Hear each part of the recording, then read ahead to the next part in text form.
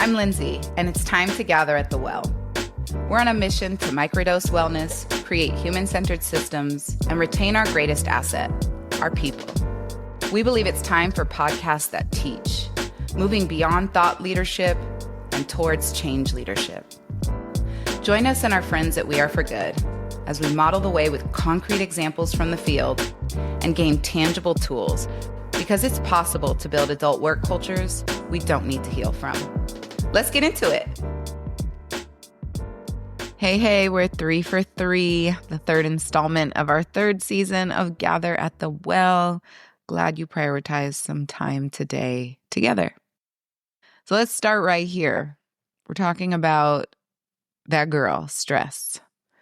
She isn't a flaw in our design, though. It is our body's built-in security system. I'm running with a metaphor this whole episode to see if it lands with you all. Yeah, that stress system, it's wired to keep us safe. So when I talk about the nervous system, and the teaching world talks about the nervous system a lot, we really mean it is the system that creates safety inside of your home, right? And I want you to connect with it in that way to make it really juicy and sticky and tangible. I've talked about my amygdala before in a previous episode, that little almond-shaped cutie who acts as a smoke detector in your brain. Here's the picture I want you to hold. When something unexpected rattles the window, and just me, or does everything feel hella uncertain?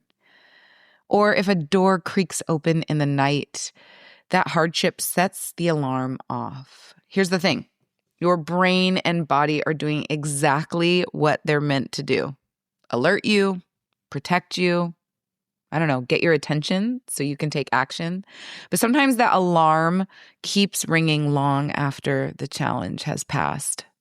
And when it does, the noise feels like it fills every corner of your home. You can't rest, you can't focus, you can't even hear your own breath over the blaring siren. That's what ongoing stress can feel like, living inside a home where the alarm never stops. So the question is, how do we know when our alarm is actually helping us, or when is it harming us? And when is it stuck in the on position? How do we get out of that? Related to this series, how might that alarm become a part of data that informs our decision to take a powerful pause? Or perhaps it's about turning down the volume while we're already in a break. And we just need to reset the system so we can fully relax and enjoy our time away from work. In this episode, we're going to reframe stress, not as a flaw, but as the body's way of communicating its unmet needs. We're also going to redefine boundaries, do a little boundary play, learning how to build limits that hold peace without shutting people out. We are social creatures. Yes, even you introverts. With the right people, you are able to accelerate your restoration. And of course, we want to also refine our self-care practices in this episode, learning how to match your well-being work to what your body and mind actually need. But first, a short somatic, a body scan I'm going to call turning the volume down. I can't even front, y'all. I am tired today, and you may be in that place. So this is an authentic share about what's up with stress for me. I want us to take just a couple of minutes, because the good news is that somatic practices are always at our fingertips, free, a resource of restoration. Let's take a few minutes to check in with your body, your built-in security system. You might place one hand over your heart and one on your belly. Or if you're driving, you might just relax into your seat, staying focused but alert. Take a slow and steady breath in through your nose and exhale through your mouth. And again, maybe with a soft sigh.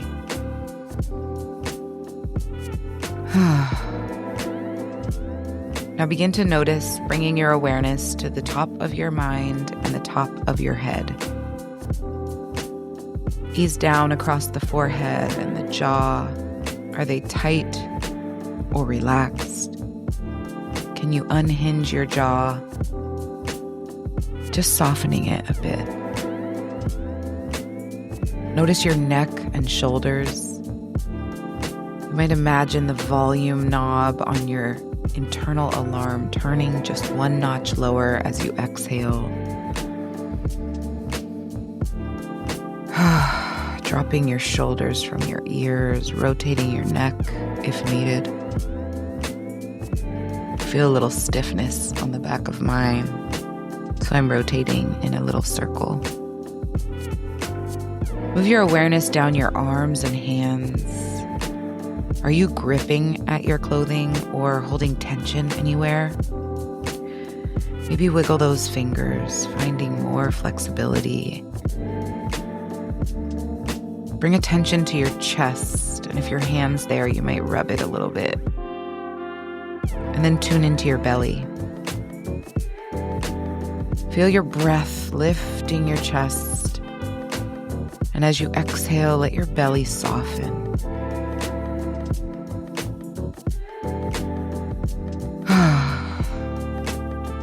Scan down your back and hips, then through your legs and feet. Notice any heaviness or buzzing energy and just breathe in to there. Wiggling your toes in your shoes. Seeing if you can root into the ground and remember you're being held by this beautiful planet. Take one more breath in and let it out slowly.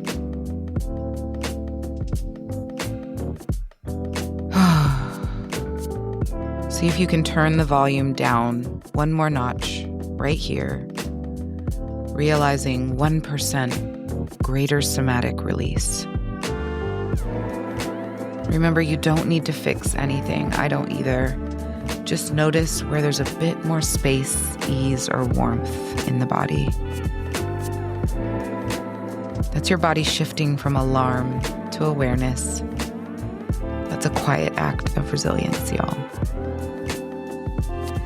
Gently fluttering your eyes open, you might stretch or yawn.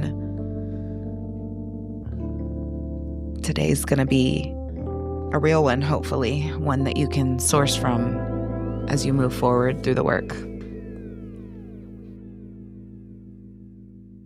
All right. Let me bring in a little bit for you science nerds. All the people out there that love the brain terms and getting to figure out what's actually going on under the hood. It's me. I love that stuff. So here's the deal. I already talked about the amygdala, but she's spicy. She can't always tell the difference between burning toast in your home and whether the building is burning.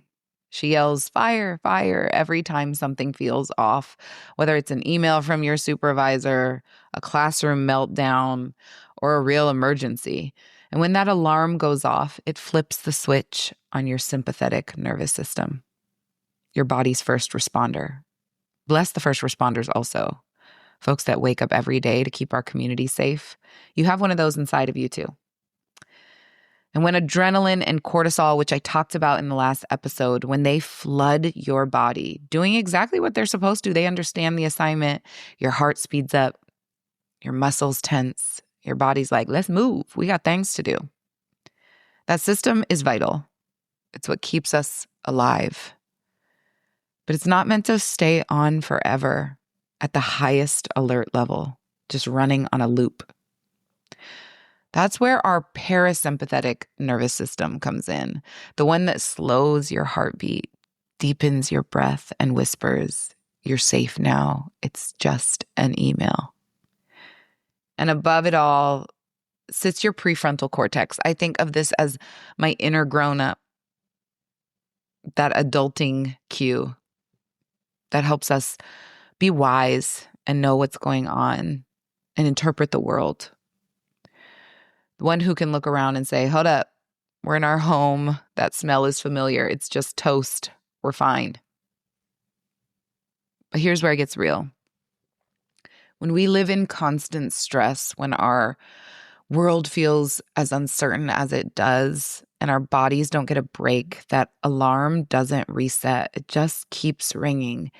And eventually it stops feeling like an alarm and starts sounding like the background music of your life. I'd much rather the Gap Band and Luther Vandross and I don't know what your background music sounds like. It's a Maxwell or Raheem Devon, maybe a little Jill Scott. Instead, when I am in my most profound moments of stress, it is a ringing alarm. It's ruminating thoughts. It's ashy, y'all. The playlist is giving panic. So you get used to it. And one of the tricky parts that no one talks about is that when that siren is blaring, you can get so used to it that silence feels wrong. If you've ever sat down to rest, and I'm big eye emojiing myself because this is actually me telling on me, but immediately you open your phone and start scrolling because quiet made you itchy, that's your alarm still running. If you've ever gone on vacation and needed 2 full days just to stop thinking about your to-do list, that's your security alarm begging for a reset. Educators, caregivers, nonprofit folks, I see you. You're not alone. I'm in it too. We live in houses where the alarm has been blaring for years. Every meeting, every deliverable, every crisis, every student, every "can I just get a quick minute of your time?" adds another trigger to the system. But I've got good news, okay? It's not all doom and gloom. If your nervous system is the alarm, your boundaries are the walls and doors of your home, the architecture that holds your peace. I've only recently started teaching about boundaries because for a while I didn't know how to set them. I also have seen that boundaries can favor the privileged. But I'm really on this mission, along with my colleagues at the Teaching Well, to think about what balanced boundaries look, sound, and feel like for self and collective care to be really in a harmony and a flow, a reciprocity. So if you stick with this metaphor, boundaries are the architecture that hold your peace. And here's the truth a lot of us miss. Boundaries aren't about keeping people out all the time. They're also about keeping yourself in. As I journaled last night, I arrived at that awareness. Boundaries help us be whole and grounded, and they tether you to what restores you. Prentice Hemphill says that boundaries are the distance at which I can love you and me simultaneously. A whole bar. And at the Teaching Well, we define boundaries as the limits and guardrails to honor ourselves within relationships and situations. But sometimes we confuse boundaries with barriers, or we think they make us selfish or unavailable. There is a skill, a fine line. In our curriculum on balanced boundaries, we address 2 misconceptions: that boundaries are for other people to learn. We teach that they're actually needed to honor within ourselves too, because sustained well-being takes discipline and consistency. It's the unsexy part of the wellness industry that no one talks about. Getting well is not just soft and fluffy, it's hard and focused. The second misconception we teach is that boundaries don't always look or sound like a hard no. Sometimes it's I don't have capacity today, but I do want to lean on that project. Am I able to meet with you early next week? Healthy boundaries are actually what makes compassion sustainable. They're what let us fully show up without burning out completely. And they invite others to be a part of a collective care model, reciprocal and anchored in support. That's where I want to work. I don't know about y'all, but sign me up. So how do we find balanced boundaries, or even know if they've been crossed by others or ourselves? How do we know if we need to reset the alarm system leading up to or inside of a break? Sometimes our boundaries are too loose. We leave every door open, checking work email on vacation, saying yes to one more thing, logging in during your sabbatical to just observe a meeting. I know you're thinking, it's fine. Just listening in real quick. I'm going to join that Zoom call while I lay on the couch. But that's the gateway drug to overextension. That's how your nervous system rehooks itself to urgency while you're supposed to be resting. This was me a few weeks into my sabbatical. And I'm going to be real honest with y'all. I had a bloop. I thought I could attend our internal retreat. I love retreat. I love my team. I'm a neck tattoo away from them. The entire first day of the retreat, though, we all struggled to know how to interact. I was awkward because I was in my testimony about rest. I was so deeply in the taste of productivity and unproductivity. I was so clear that I wanted to bird watch and I didn't want to look at a computer screen, and I didn't. And my team wasn't sure if I was retreating with them or there to retreat by myself.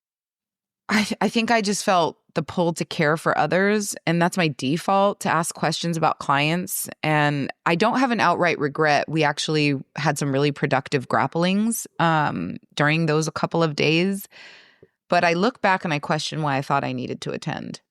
I know I wanted to, but I didn't honor my own needs to stay completely unplugged. And ultimately, we didn't count that week towards my sabbatical, and I extended on the back end. But I share that because I never want to come off as having all the answers or getting it completely right.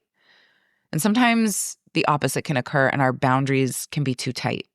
We grip our rest days with white knuckles, over-planning, over-controlling, trying to make rest happen. We tell ourselves, I should be calm. I should feel better by now. I should be grateful. This was me on our last vacation to Hawaii as a family a couple years back. I was a whole vibe. I was like, are we having the best time of our lives yet? And my husband's like, yo, chill out, go float in the ocean. I'm sitting there looking at my kids playing in the sand. Like, is this the best day ever? Literally trying to narrate and reprogram. I'm like, okay, girl, chill. We don't always get vacations, but it doesn't have to feel like this. If we're not careful, we can show up to the people we love cranky and closed off, guarding peace instead of living it. And when we lose rhythm, we lose restoration. This is the thing about healthy boundaries. It's like good architecture, strong enough to hold, but flexible enough to breathe. They give us the rooms for rest, but the windows for perspective. So the next time you feel yourself edging toward burnout, ask, am I keeping the doors wide open out of obligation, or am I locking everything down out of fear? Either way, your body is just trying to feel safe.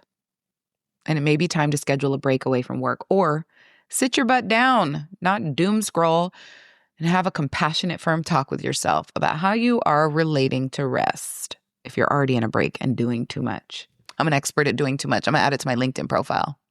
But the work is learning how to reset the alarm, y'all. Adjust the walls and trust that safety doesn't come from control. It comes from connection to self and to joy sources. As you're reflecting on your boundaries and their role in restoration identification, I want to call in a colleague. Shout out to Rebe in the building, the podcast's doula. She's going to usher in a little somatic for us. Enjoy. Hey, y'all. Today, you've been talking about boundaries. We've been talking about all of the ways in which we create safety and security and establish healthy parameters for the ways that we engage with ourselves, with the world, with our work. And the body is such an incredible vehicle to think about and contemplate this idea of boundaries. We could say that our skeletal frame, creates a framing or a boundary for how we move through the world. Our skin keeps everything in, thus producing a boundary. But our joints are also a really important part of our skeletal structure and the way that we trigger, or the way that our body understands whether or not we are safe in the way that we're moving through the world. So today I want to invite you to play a little bit and rotate those joints. We want those joints fluid. We want them juicy. We don't want rigid, brittle joints. We want to be able to move gracefully and fluidly through the world. And our joints are a really great indicator for whether or not we are safe. So I want to invite you, start by rotating the wrists. And if you have any mobility issues, remember that you are moving your own body and you can really roll to the extent that feels good to you. Mine are cracking right now, which says that I needed to roll my wrists a long time ago. I would invite you to move it down into the elbows, really just rotating those arms one way and then another, and feeling the way that your body reminds you what the limits are. What are the parameters? There shouldn't be any pain here. Just a subtle movement and an understanding of the way that your joints are holding you together. I'm going to invite you to bring it up to the shoulders, rolling those shoulders back, really with wide arms, kind of like a wing, like you're flapping a wing. Ooh, I hold all of my tension right in the scapula, in the middle of those two bones in the back. So this feels really good to just rotate that shoulder girdle and wake up the back.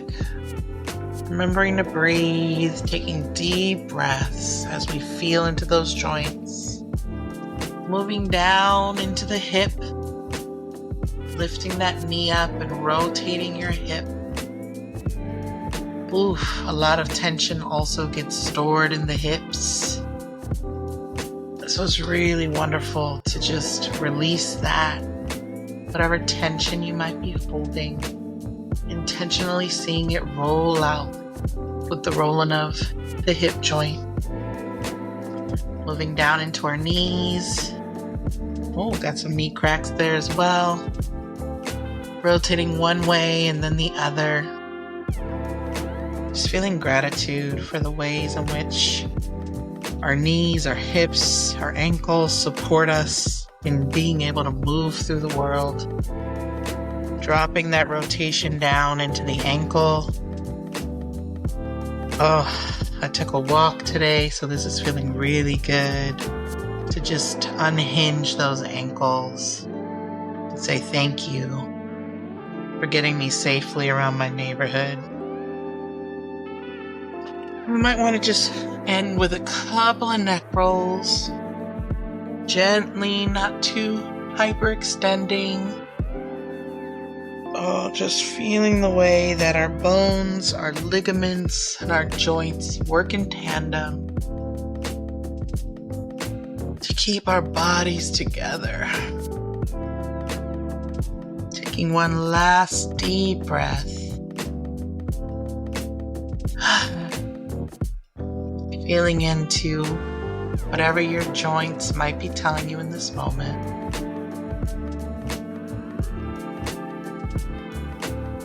And remembering that we have the tools that we need at our disposal to really identify those boundaries and create greater safety in our bodies and in the ways in which we engage with the world. Thanks for practicing with me today.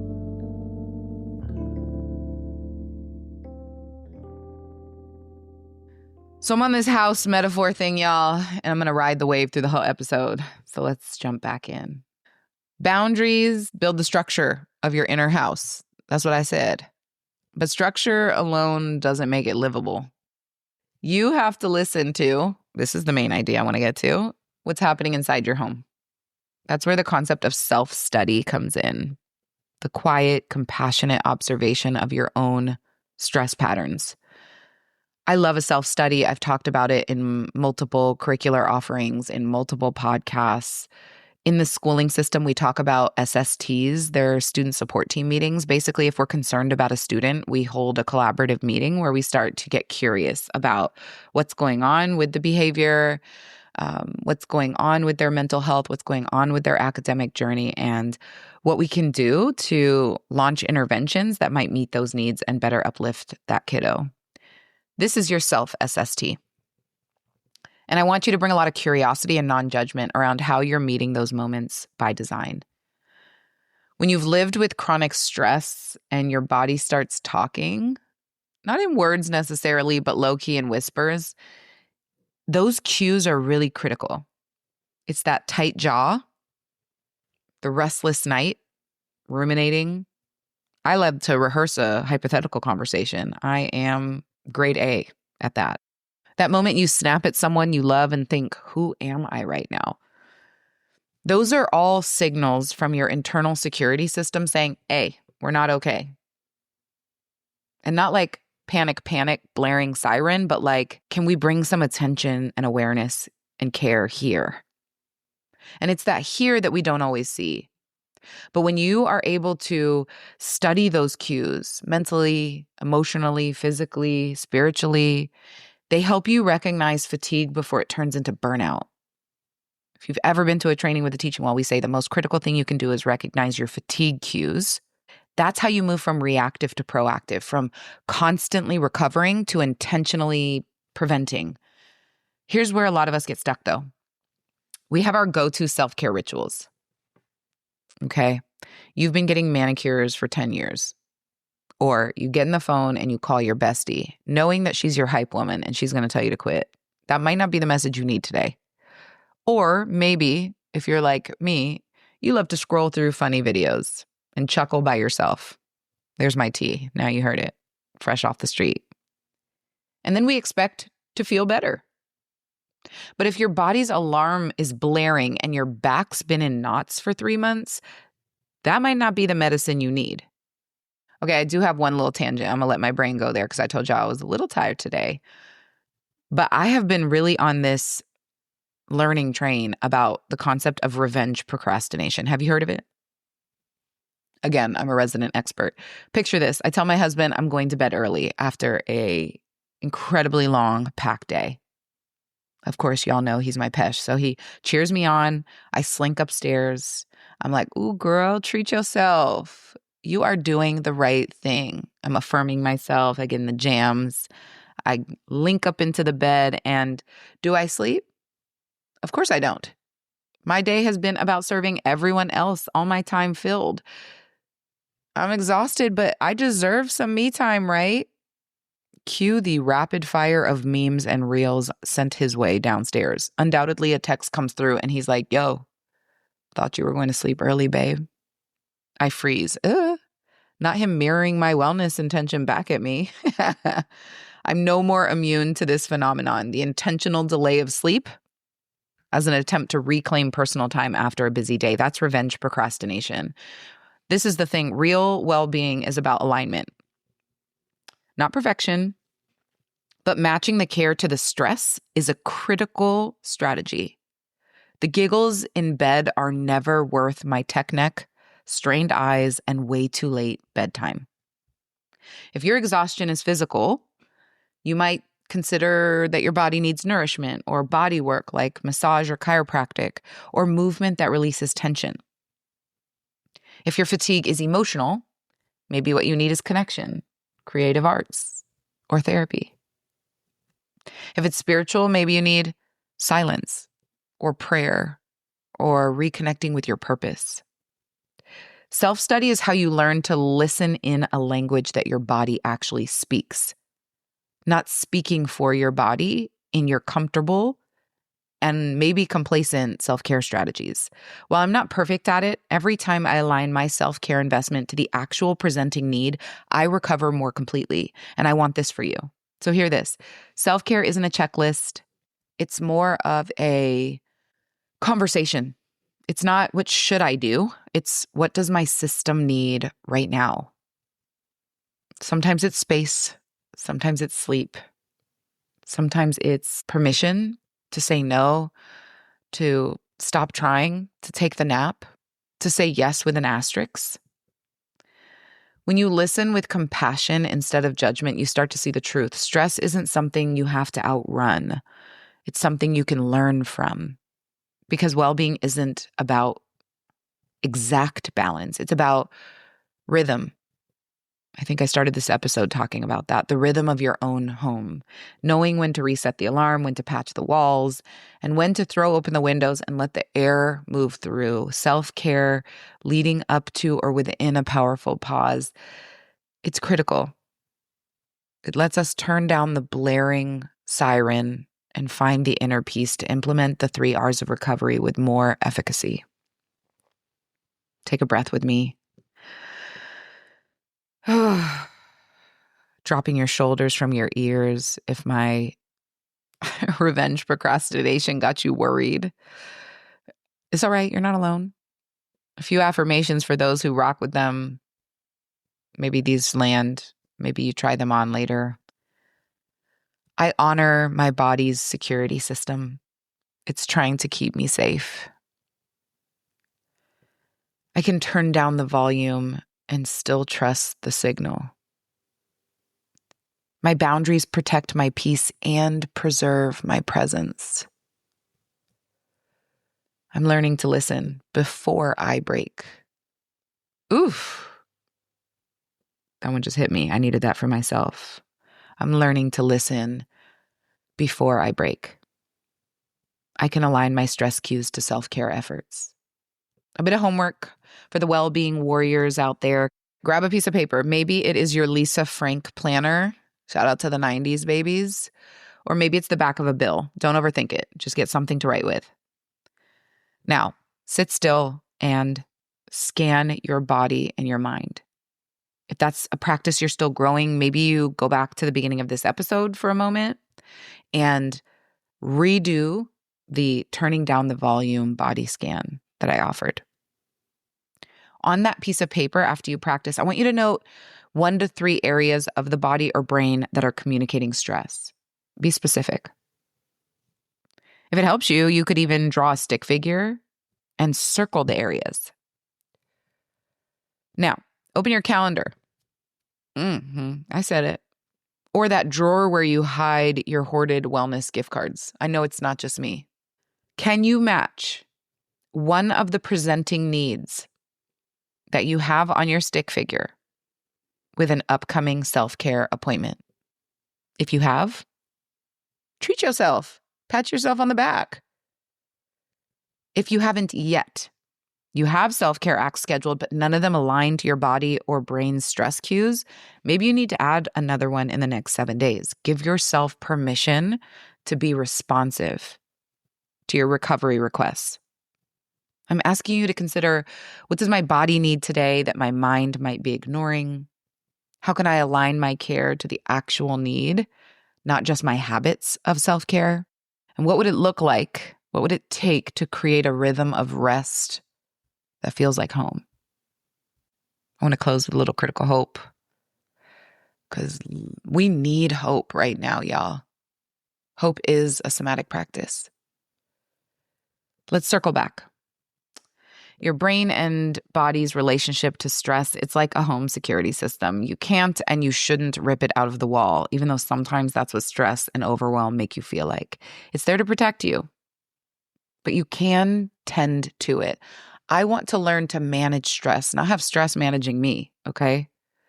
If that resonates for you, just remember, you can walk through the house, notice what's been tripped, and say, oh, my alarm's going off again. That's all right. I know what to do now. Especially when you're stepping away from work, trying to rest and recover, it's easy to slip right back into urgency. But awareness is agency. I love agency. You can say, I'm safe right now. This is my time to rest. I'm choosing to turn down the volume. With practice through rest, restoration, and the right sizing of the mental load, yes, those 3 R's of recovery, you can start trusting and responding to life without being ruled by it. The goal isn't to silence the alarm forever. It's to know when it's been tripped and to learn how to most effectively reset your system. When you do that, your inner house becomes a refuge again, not just for you, but for the people you pour into every day. Take one more deep breath.